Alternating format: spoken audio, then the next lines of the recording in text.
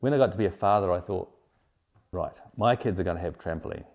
And that was the stage when my wife came in on the act and said, no, trampolines are far too dangerous, you can't have a trampoline.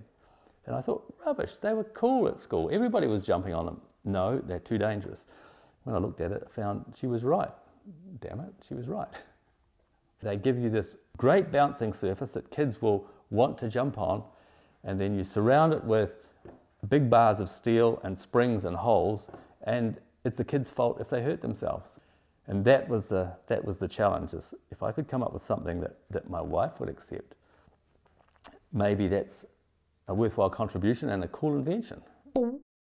I didn't think about trampolines all those 14 years. It was one of these little hobbies that I had in the background for most of that time. If you're unfortunate enough to wriggle a little bit, you'll find that it just lets you down. Not a lot, not hard, but gently, and then it gets itself up again. This time we've got a bald patch inspector. Now with these little levers here, you can adjust it so you can get a very good look. Okay, so like this. Oh no, oh no, oh gosh, that's not fair.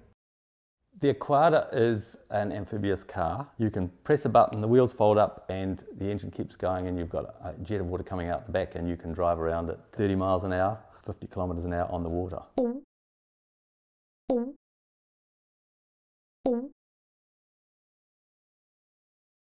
I got to the university environment, and then I could get some students to work on it with me, and that gave me an opportunity to actually build some prototypes and see how they worked. The very first Springfree trampoline, I didn't even know if it would work. This has got kebab sticks in here, put into holes that were drilled at an angle in my little drill press in my workshop at home. Yeah, in the edge we've got little pieces of plastic tubing out of my fish tank. But it was sufficient to show me that when you did this to it, it actually worked and it didn't collapse on itself.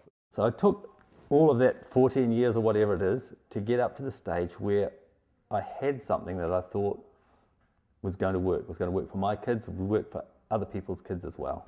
Well, the original design of the Springfree trampoline was built on square pipe. It wasn't what I would consider to be marketable, but that's not as a criticism to the design or the inventor, but just as to the consumer's sense of appeal. So we tried to round out the shape, we tried to develop an enclosure that fit without creating any kind of rigidity.